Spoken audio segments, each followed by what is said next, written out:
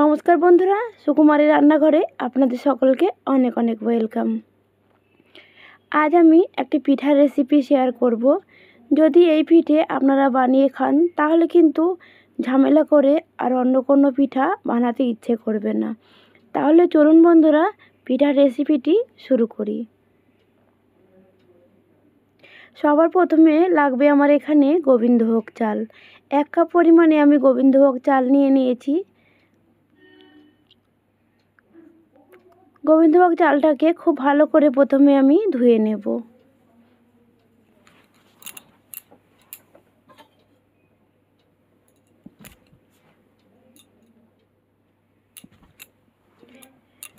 দুই থেকে 3 বার জল পাল্টিয়ে পাল্টিয়ে খুব ভালো করে গোবিন্দভোগ চাল আমি ধুয়ে নিলাম।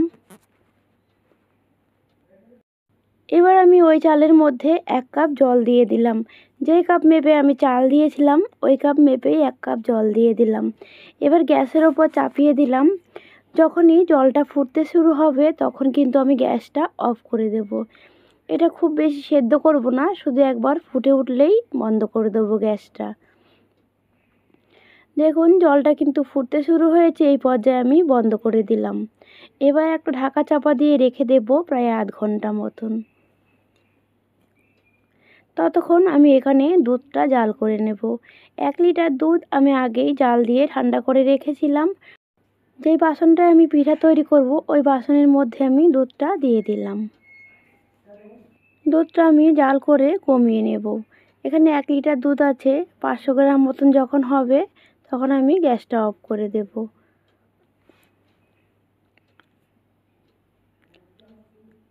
একই সাথে আমি এর মধ্যে 4টে এলাচ ফাটিয়ে দিয়ে দিলাম।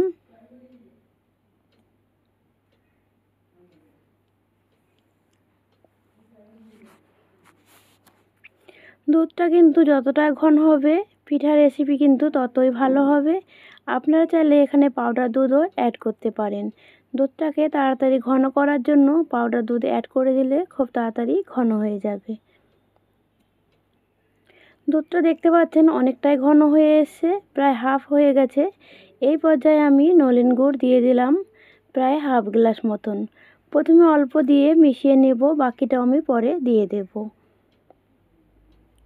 মিষ্টির পরিমাণটা বুঝে দিতে হবে।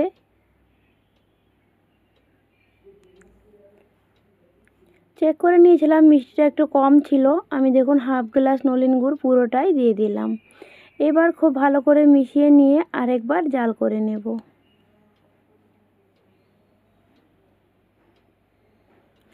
দুধের কালারটা দেখুন একদম সুন্দর হয়ে গেছে, একদম পারফেক্ট আছে, আর কিন্তু গুড় দেওয়ার প্রয়োজন নেই।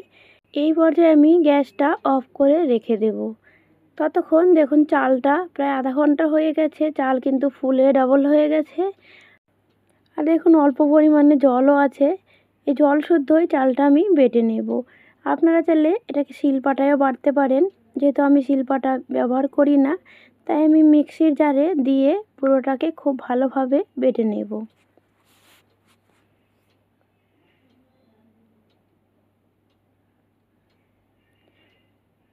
দেখুন অল্প পরিমাণে জলও ছিল, আর কিন্তু জল দেওয়ার প্রয়োজন হয়নি, সবটা আমি দিয়ে দিয়েছি চাল আর জল। এবার এটাকে একটা স্মুথ করে পেস্ট তৈরি করে নেব।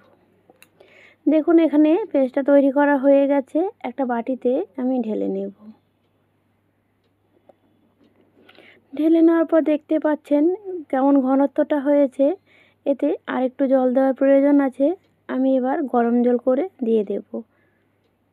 এতে কিন্তু ঠান্ডা জল মেশানো যাবে না, হালকা উষ্ণ গরম জল আমি দিয়ে দিলাম। প্রায় হাফ কাপ মতন আমি এখানে জল অ্যাড করব। জল দেওয়ার পরে খুব ভালোভাবে মিশিয়ে নেব।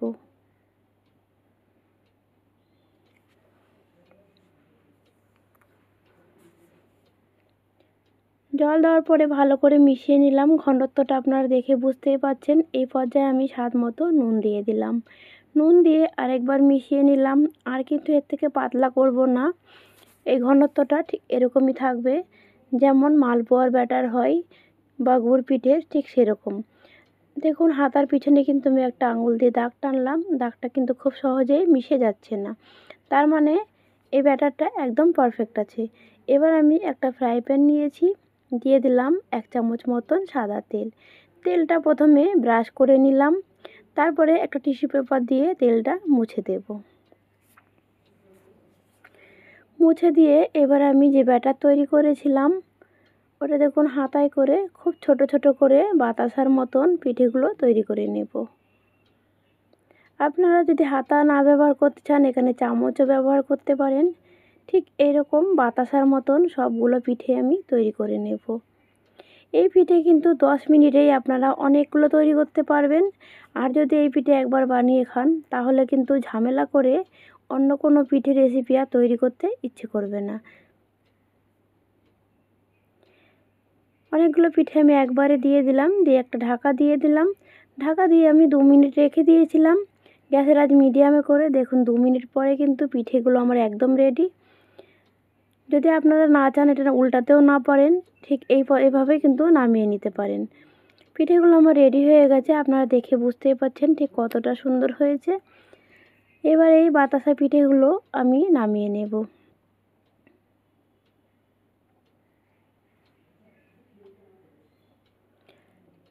আমি কিন্তু এখানে আগে অনেক পিঠে তৈরি করে রেখেছি।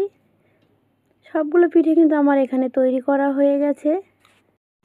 এবার আমি আগে যে দুধ জাল দিয়ে ঘন করে রেখেছিলাম ওই দুধের মধ্যে কিন্তু পিঠেগুলো সব দিয়ে দেব।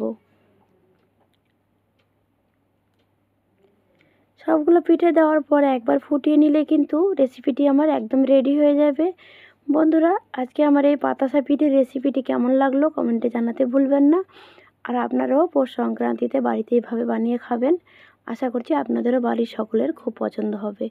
বন্ধুরা, আজকের জন্য এইটুকুই। আবার আসবো অন্য কোনো দিন অন্য কোনো রেসিপি নিয়ে। ততক্ষণ আপনারা সকলে খুব ভালো থাকবেন। ধন্যবাদ।